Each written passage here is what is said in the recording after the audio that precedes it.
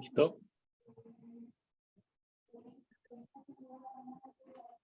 Bueno, vamos retomando. Ahora tenemos la presentación de María Cristina Paganoni, que va a dar la presentación central de esta reunión, con una presentación acerca del mundo discursivo del Big Data. Eso primero por presentarles a Cristina. Cristina es profesora de la Universidad de Milán, de Italia. Su investigación se enmarca dentro de los marcos metodológicos del análisis del discurso, los estudios críticos del discurso y la semiótica social. O sea, es un espacio en el que se encuentra la sociología y el análisis del discurso. Publicó 2 libros. Uno de ellos es sobre que es por el que más nos interesa, que es el que tiene que ver con la manera en que los medios construyen discursiva y lingüísticamente el Big Data. Es un libro del 2019, está muy bueno, es muy interesante porque hace un recorrido acerca de cuáles son los distintos temas y cuáles son los distintos enfoques en los que se suele entender al Big Data. Es sobre todo muy interesante para quienes lo vemos desde Sudamérica, porque la manera en que nosotros solemos entender a los problemas tecnológicos por lo general no es igual, no tenemos los mismos ejemplos, y es interesante ver cómo desde distintas sociedades, de distintas culturas, de distintas latitudes, se pone el foco en distintos riesgos que tienen sentido, obviamente, para ese contexto. Además, es autora de varios capítulos y libros, y de artículos de revistas, y actualmente está trabajando en torno a la comunicación pública del tema de la pandemia, del COVID. Hoy nos va a hablar acerca del mundo discursivo del Big Data, donde vamos a ver las distintas representaciones que se han dado en los medios acerca del Big Data, en distintos espacios de comunicación social, y acerca de sus críticas. Now I'm gonna have to say the same in English. Now we have Maria Cristina Paganoni's presentation, whose title is The Discursive World of Big Data. Maria Cristina is a professor of the University of Milan in Italy. She works within the methodology of discourse analysis or critical discourse studies and social semiotics. She has published 2 books.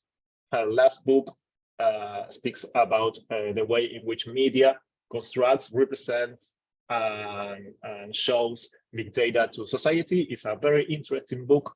It's an excellent book. It's also, for us, I'm from Argentina, and for me, it's very interesting to see how the news from, I think it's England, United States, and I don't remember which is the third country. I thought there was Australia. It was Australia, Australia, yeah. It's very interesting to see how these 3 countries construct, or how these 3 countries and the press from the media of these 3 countries talk about big data and show what are the challenges for them, because they're not the same for us. So it's very interesting to see how these different technological challenges are framed in different contexts. She's also the author of several peer-reviewed book chapters and journal articles, and actually she's working on the public communication in response to COVID-19. Well, today she's going to be talking about the discursive world of big data. So we have until 1 p.m. That's kind of 50 minutes. 50 minutes. You can put comments on the chat or in the questions, and you can also do this in Spanish. I will translate to her, and then we will have a break until the next panel. Decía que tenemos hasta la 1 p.m. Ahora son las 12:10, o sea, tenemos 50 minutos. Quienes quieran pueden dejar comentarios o preguntas en el chat. Yo se las puedo traducir después a Cristina, y eso es todo. So that's it. Well, thank you, Gaston. Thank you all for being here, listening to me. I will just share my presentation in a second. And forgive me, because after teaching for 2 years during COVID, you know, I seem to have forgotten the know-how. Can you see it? Can you see the cover of my presentation? Gaston? Yes. Okay, very good. The title of my presentation, Gaston, is not the discursive world, but the discursive worlds of big data. And besides thanking you from the deep of my heart for having me here, I would also like to thank you for this, you know, minor slip of the tongue, because it will let me start by saying that it's not just a discursive world, but that there are many perspectives about them. I found it quite surprising a few days ago while I was preparing for this speech to read this article by Noam Chomsky in the New York Times. I will now read the citation. I will start from this. Jorge Luis Borges once wrote that to live in a time of a great peril and promise is to experience both tragedy and comedy with the imminence of a revelation in understanding ourselves and the world. Today, our supposedly revolutionary advancements in artificial intelligence are indeed cause for both concern and optimism. Optimism because intelligence is the means by which we solve problems. Concern because we fear that the most popular and fashionable strain of AI, machine learning, will degrade our science and debase our ethics by incorporating into our technology a fundamentally flawed conception of language and knowledge. I would like to start with this citation, first of all, as a homage to Argentina. And I found it quite impressive to see Noam Chomsky, the world-famous generative linguist and political activist, and Argentinian you know, writer Borges. Nonetheless, I can't say that I totally agree with what Chomsky claims about the false promises of you know, artificial intelligence and consequently of big data. But for sure, what we observe here, and this is why I started from his citation, is a characteristic, the characteristic value polarization that informs the big data debate. I have been studying the worlds of big data since 2017, you know, and I can tell you that it's a constant set of polarized values: optimism versus concerns, utopia versus dystopia, advancements versus flaws, true knowledge and ethics versus unethical machine learning, amplification, enhancement of human possibilities versus control, innovation versus disruption. And this, you know, word cloud somewhat capture what I call the big data ecosystem. With its contradiction in, you know, in public opinion, in the public debate. Okay, so what is, how could we summarize the discursive worlds of big data, the big data debate? As I was saying, it's characterized by this marked value polarization. That is to say, the socio-technical phenomenon of big data triggers both utopian and dystopian rhetoric. As Gaston and I have written from different sides of the world, this collective vision about big data, which is being linguistically, that's my perspective to it, and socially, that's Gaston's, constructed, includes expectations and threats. And one of the main, fears is that mankind will somehow disappear, what Rosi Braidotti named the post-human. However, I decided to put this image here to contest this idea of technology somehow dehumanizing mankind. I'm quite sure you all recognize one of the beginning scenes of 2001: A Space Odyssey by Stanley Kubrick, in which the big ape kills another male by use of a bone that's become a technological tool. So, technology was pre-human as much as it will be post-human. Are you hearing me all right? Sorry if I ask, but there's some noise here in the background. No, yes, we hear you perfect. Perfect, okay.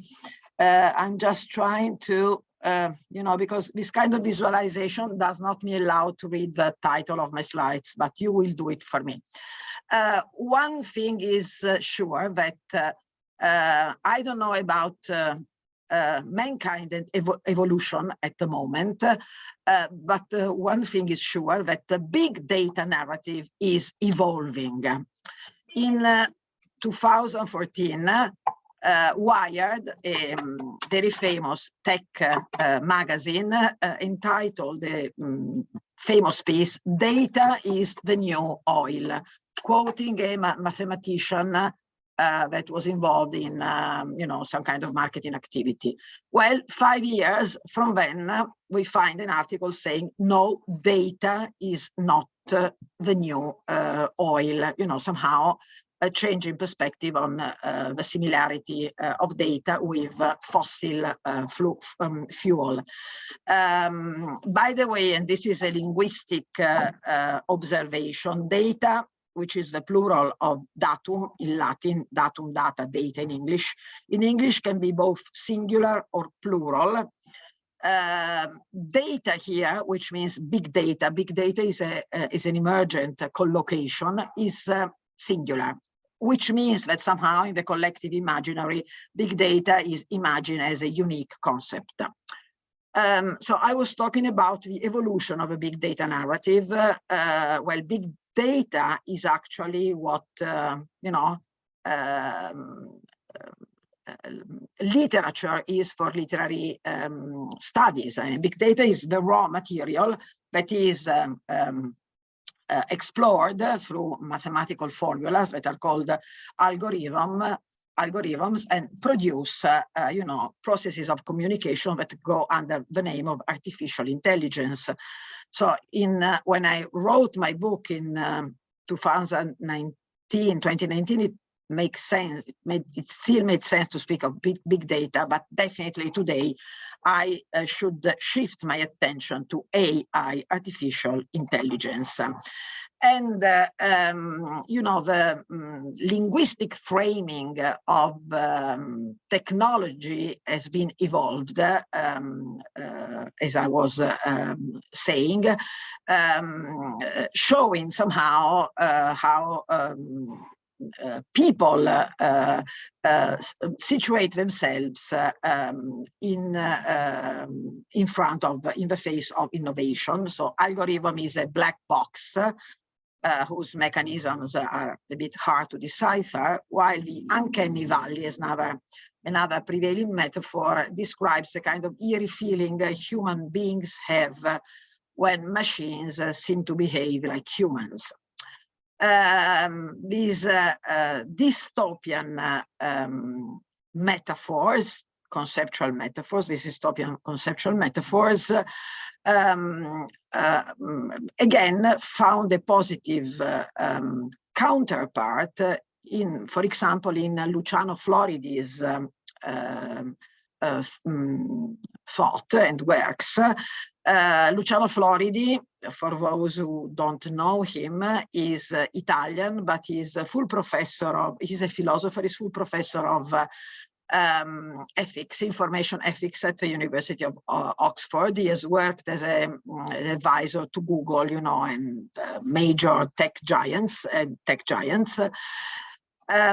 And his view of data is definitely less pessimistic than what is voiced in the Black Box and the Uncanny Valley. And he noticed that, especially after the pandemic, data can be deployed for the public good. He, to this purpose, he has authored 2 books. One appeared in 2020 in Italian, Il Verde e il Blu, and it was then revised, enlarged with another editor in the English edition in 2022, The Green and the Blue. And what is the green and what is the blue? The green is, environmental sustainability, which for Luciano Floridi is a fundamental value to survive into the post-human world. Blue is the color of internet URL sites. Blue is digital technology. And according to Floridi, the green and the blue are the winning elements for the future. And of course, they are rich of political possibilities.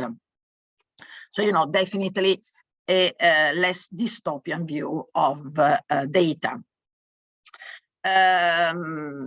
What is my take on the big data debate? As I was saying, as Gaston was kindly mentioned, I published this book in 2019, but 4 years later, I can definitely say that it's no longer possible to frame the big data debate as I did in the past. I mean, the big data discourses are evolving quite rapidly, and my aim in this speech is to probe into the current fault lines, not the ones of 4 years ago, of this debate, by looking at the overlapping of several discourses: institutional, expert discourse. Expert discourse includes the law, but also science, medicine, and of course economy, news media, news discourse, and popular discourse, knowledge dissemination, and so on and so forth.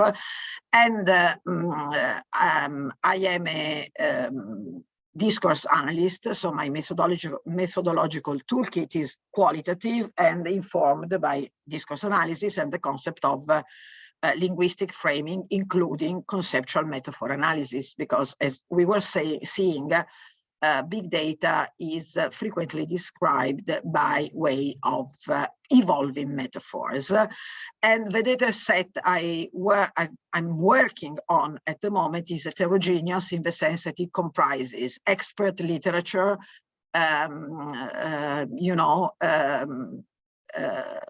scholarly references, and also news stories, comments, editorials from the Anglo world, which is the object of my investigation, and from online news media. And quite provocative, I would say that my perspective today is moving from big data to small data. Why? Because unlike fossil fuel that is used up and it's decreasing, what is written about big data, and believe me, what is being written about big data is really impressive. What is being written about big data is adding up to big data itself, you know. And it's definitely, I mean, there are a lot of repetitions, there are a lot of banal observations about it. So that I quite bravely decided that I would focus on small data, and I would follow Raymond Williams' example in his famous book, 1976 book, Keywords, An Entry into Culture and Society. I decided to identify a few keywords and key phrases that, in my opinion, best represent the discursive worlds of big data now. Okay, one of these keyword or key phrase is the AI revolution. This idea of revolution is constantly evoked. What the image you see here is the homepage of OpenAI introducing Chat GPT. GPT-4 is OpenAI's most advanced system, producing safer and more useful responses. You can see here the, how the language encodes this idea of progress and revolution, most advanced, and somehow tries to combine the idea of a system, which can be quite scary, you know, a system. The word, the term system evokes notions of control, notions of, you know, panoptical notions. This kind of promotional, this is obviously promotional discourse, tries to temper what could be perceived as threatening system with an eye to safety and amplification of human possibilities. Quite honestly, I have to say that I've tried Chat GPT, and I do think it's great. If you need to write an abstract for a conference and you already know what you would like to discuss, the way it phrases your English is just impressive. So system is indeed a keyword that is evoked in the big data debate, and it's related to the notion of data ownership. Data ownership that is especially problematic for LLMs like ChatGPT. LLMs stands for large language models, where we have OpenAI's ChatGPT, but we have Google's Bard, and also Sydney, there's another one, Sydney, I don't remember who owns it. You know, they hoover up colossal amounts of data, this notion that big data is indeed impressive. And so, you know, from system to data ownership, to data governance. This is a recent illustration in the Observer. The Observer and the Guardian are two left-wing mainstream papers in the UK. They feature a very rich and interesting AI big data section. And I think that this illustration perfectly captures the fear of the tech geek, the sort of iPad, the tech Aladdin, somehow unable to master the genie coming out of it. You know, so data governance is indeed problematic. Okay, the fact that data governance is problematic does not mean that we should do without ChatGPT. I'm sorry, I'm trying to, I don't know why, but otherwise I can't read my slides. Okay, I'll do like this.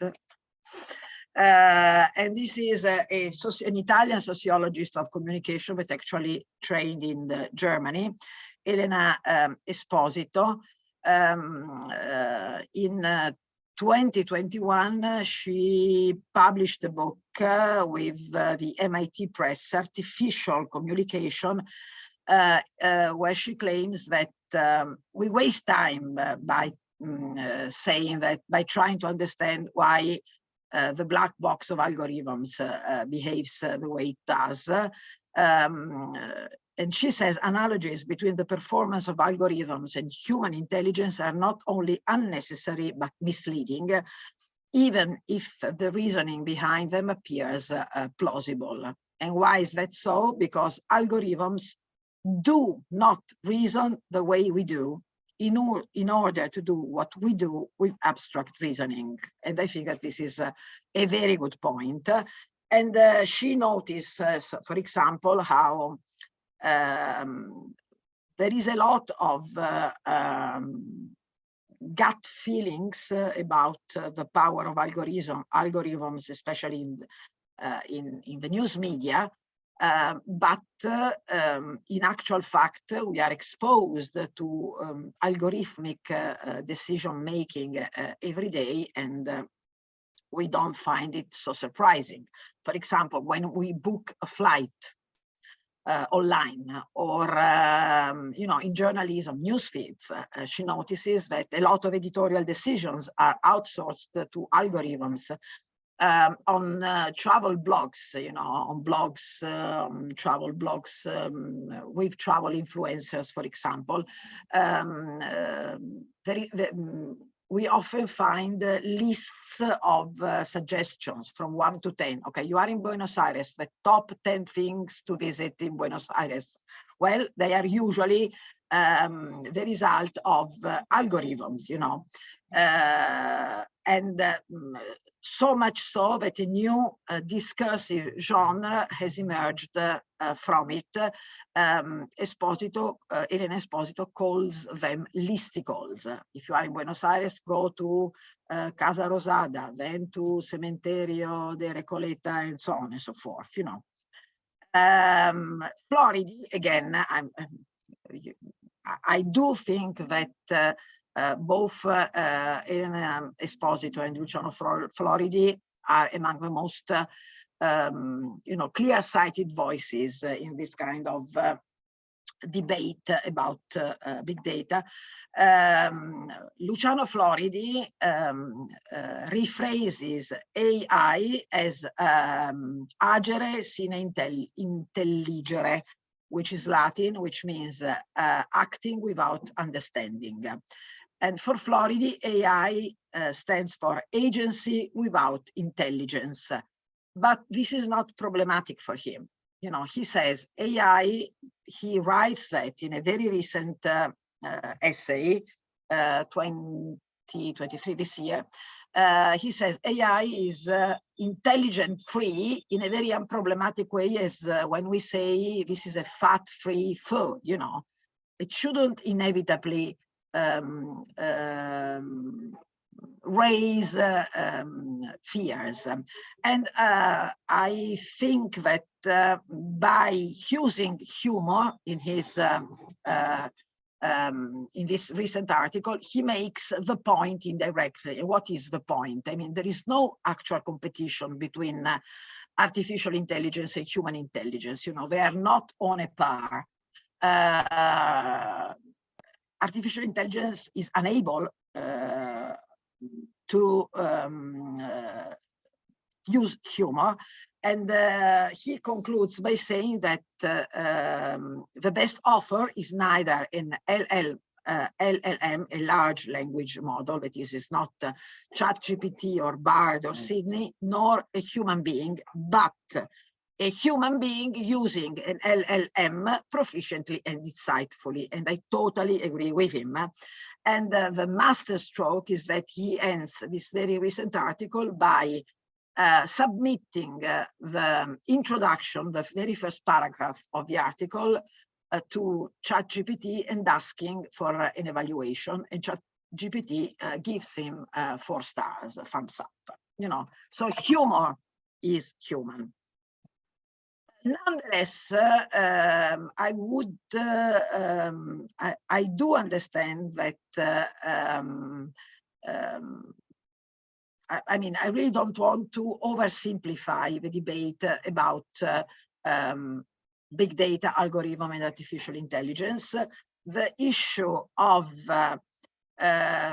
algorithmic bias is indeed there, you know.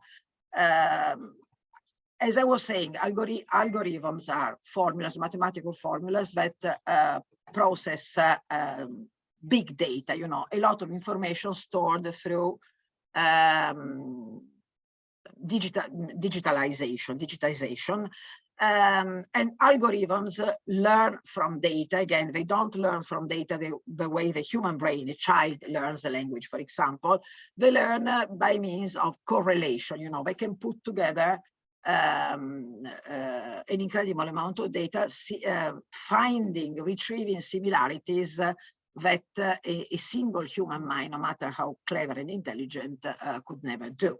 So systems become increasingly autonomous. But if the data they feed on are biased, and they often are, well, basically because a lot of information is misinformation and is manipulative. But even when information is not deliberately manipulative, is always shaped by the mind, by the process, the procedures through which it has been collected, you know. So there is always a stance embedded, a bias embedded in information.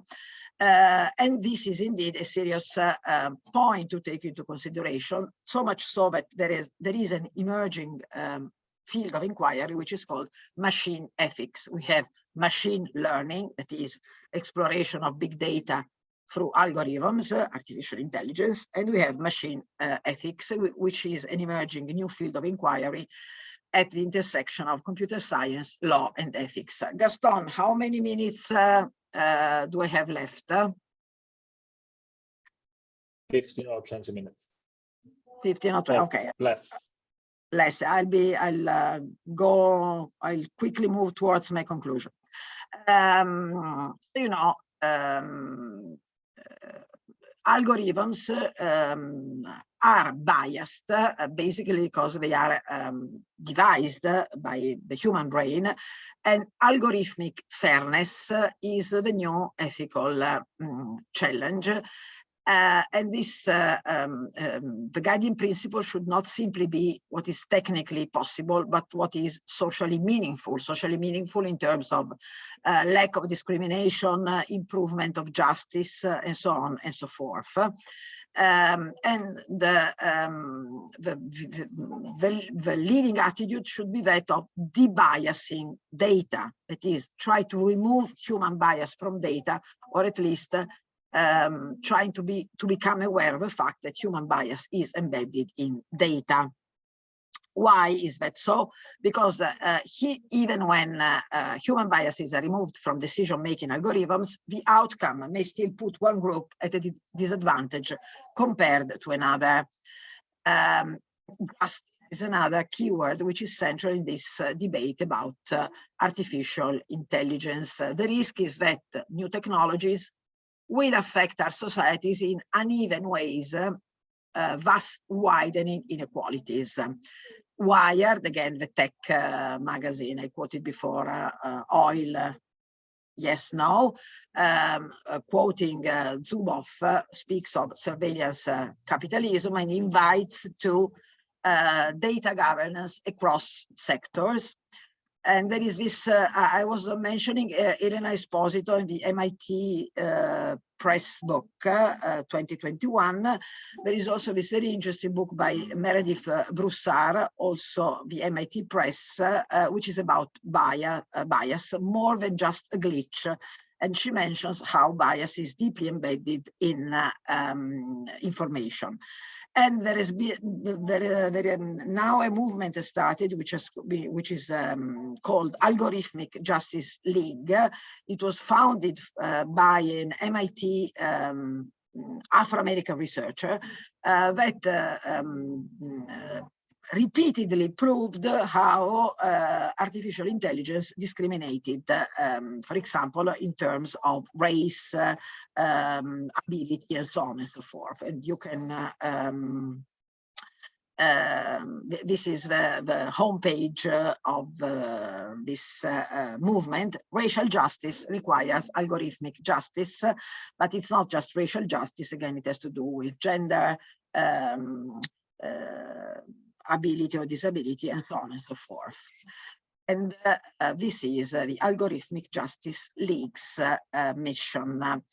The aim is to mitigate artificial intelligence harms and biases. I find this verb to mitigate very intelligent, because it's not realistic to totally remove bias, but what you can do, you can become aware of it and somehow mitigate it, redress it. Another interesting conceptual metaphor that has to do with algorithms feeding on data is that, and this is taken from The Economist, the famous British weekly magazine, it's the notion of data poisoning, so bias can be very bad, leading to poisoned data. And The Economist warns, saying like a real poison data could go unnoticed until after the damage has been done. And according to The Economist, data poisoning is the new form of cyber attack. So ethics is central to the discursive worlds of big data, and of course it cross-sectoral, as I was trying to demonstrate. These are a few of the most critical, of the most sensitive points in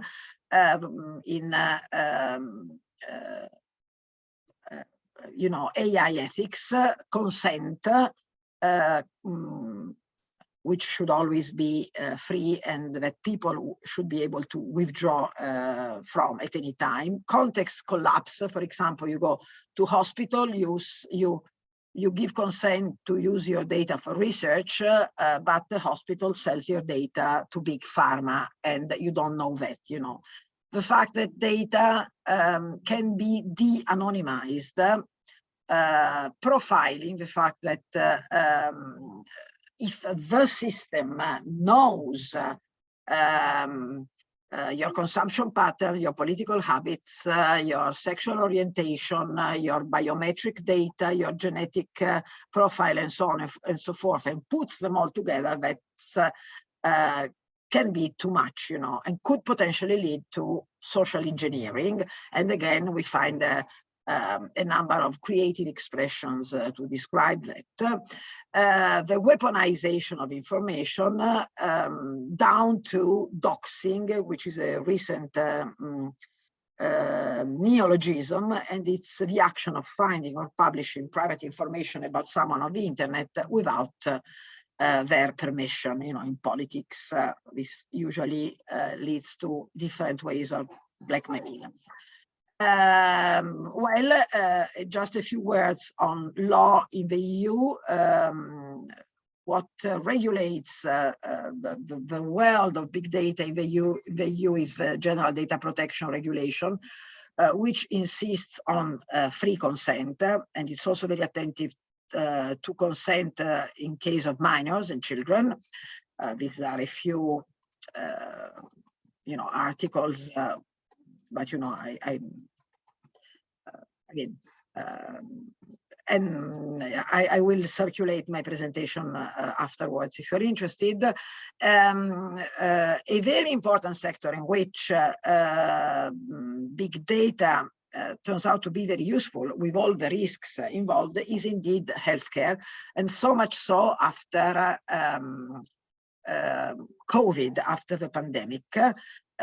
Indeed, big data in healthcare is revolutionary, and I'm quoting here from one of the leading medical journals, the New England Journal of Medicine, that usually opens with a comment or an editorial of sociological content, not of medical content. It's written by doctors and scientists, but it's about society. You know, doctors, scientists are very well aware of the advantages of big data in healthcare. Just think of the fact of, for example, the possibility to diagnose rare diseases by correlating symptoms of cases everywhere in the world. But again, the risks are the identification, leak of sensitive data, market use of de-identified electronic health record data, and so on and so forth. You know, so data breaches are always there. And these are quite recent comments in the New England Journal of Medicine. Still, the pandemic, you know, the pandemic, I mean, the World Health Organization announced that the pandemic was over 2 days ago, you know, because I remember reading it while I was flying to Buenos Aires. Well, let's say that the pandemic has indeed shown how positive big data in healthcare can be. For example, I was able to go and visit Joanna in 2021 because of data, because of green passes, you know, which is a use of big data and of data, health data that are interoperable among different countries. I was able to travel, you know, in safety. So again, since I began by saying that there is this marked value polarization between utopia and dystopia, I don't know, maybe it's in my nature, I tend to stress the utopia and the positive sides of the use of big data. The General Data Protection Regulation, which is a masterpiece in terms of data protection, and I'm proud to say as a European citizen that is probably the best in the world, because you know other countries copy it, also insists on the fact that reasons of public health as well as reasons of public safety override mere data protection, you know. So this is also quite interesting. And I think I can finish here by saying that this is an image describing driverless cars. Again, one of the possible applications of artificial intelligence. So, you know, I would conclude by saying that what we need to do is not to be scared about innovation. Innovation is here to stay, whether we like it or not, but rather we need to learn how to drive not just driverless cars, but technology. And that's about it. Thank you. I have a few references here. But again, if you are interested, I will be happy to share my presentation. Thank you, Cristina. We have a few minutes, 5 minutes, if anyone wants to make a question. Tenemos unos minutitos si alguien le quiere hacer una pregunta a la autora. Yo le voy a hacer una pregunta, voy a intentar hacerla primero en castellano, a ver si ordeno la idea, ordeno la pregunta y después la puedo traducir. Personalmente yo creo que por ahí en estos años, entre el... I'm gonna try to say the idea in Spanish so I can get the idea straight and then to translate that to you. Yo creo que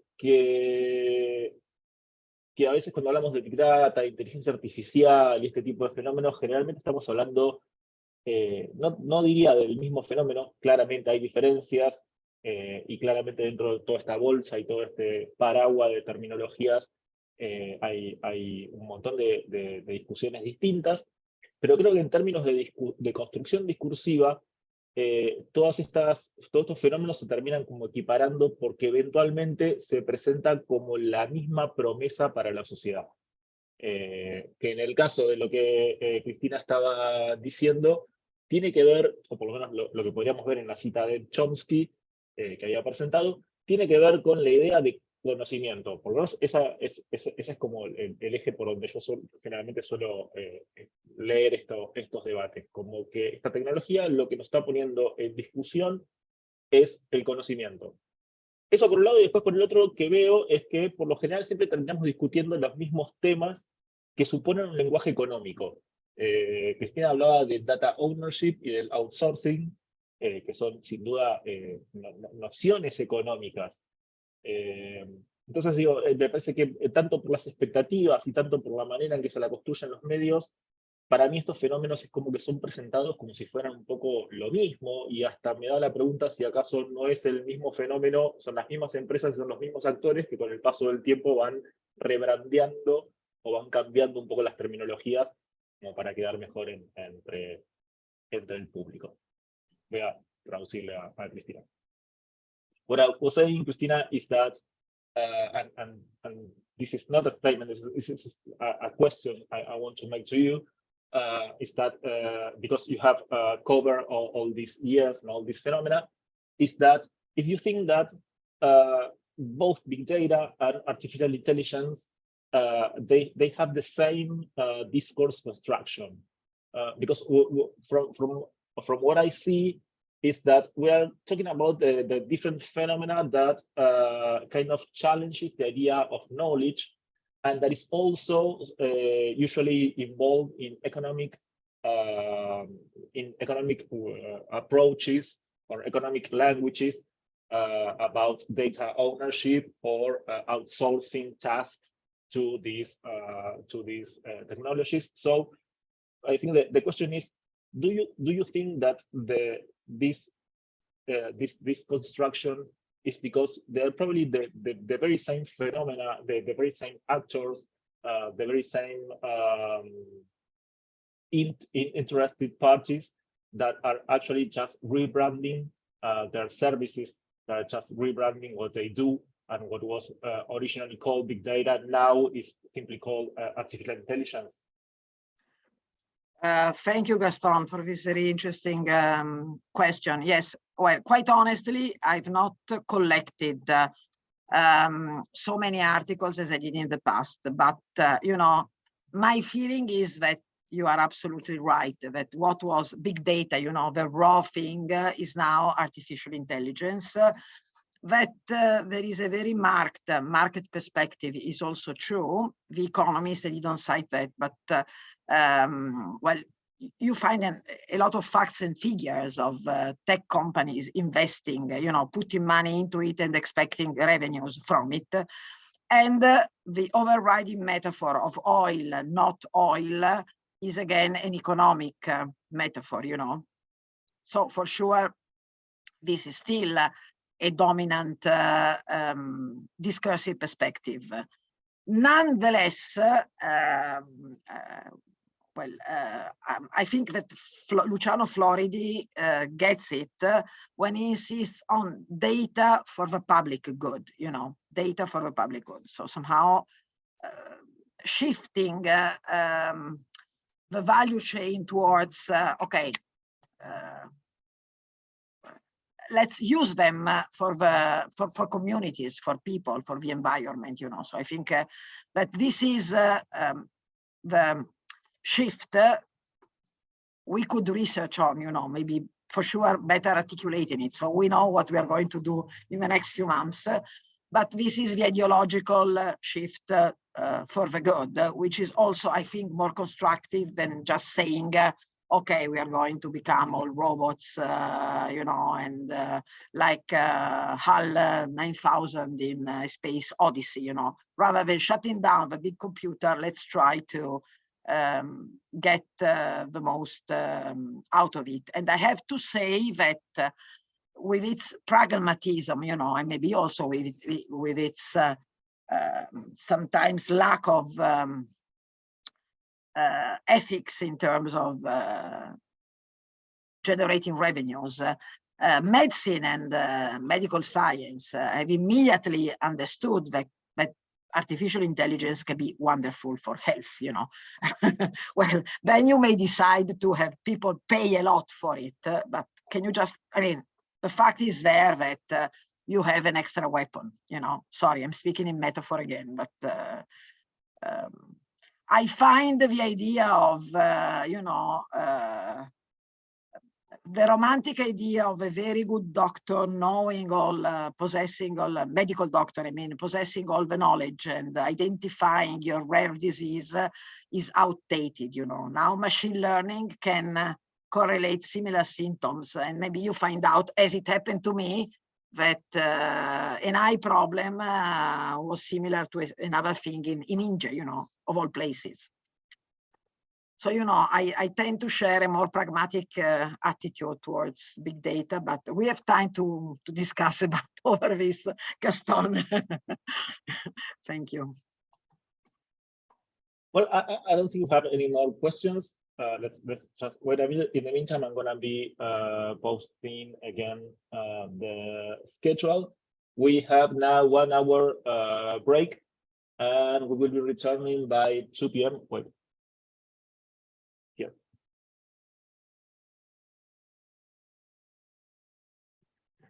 Thank you. There it goes. There it goes. We have 1 hour break now, and we will be returning by 2 p.m. I know it's going to be very late for the European peers, so perhaps it's just a good time to tell them good night. And the next panel will be in Spanish and English, or if our colleagues want, it could also be in Portuguese, because most of them are from Brazil. So we will see each other again at 2 p.m. And the panel will be mostly on these technological challenges, but from a social science perspective. Y en castellano decía que nos vamos a ver ahora a las 2 de la tarde, después de tomar esta horita de recreo para aprovechar a comer esas cosas, y que nos espera un panel con colegas que van a pensar estos temas desde el punto de vista de las ciencias sociales, que ese panel va a ser en castellano, y que obviamente ya va a ser bastante tarde para los europeos, a quienes le decimos buenas noches. Y bueno, acá nos vemos, el link queda abierto, sin grabar esas cosas, pero bueno, nos vemos a las 2.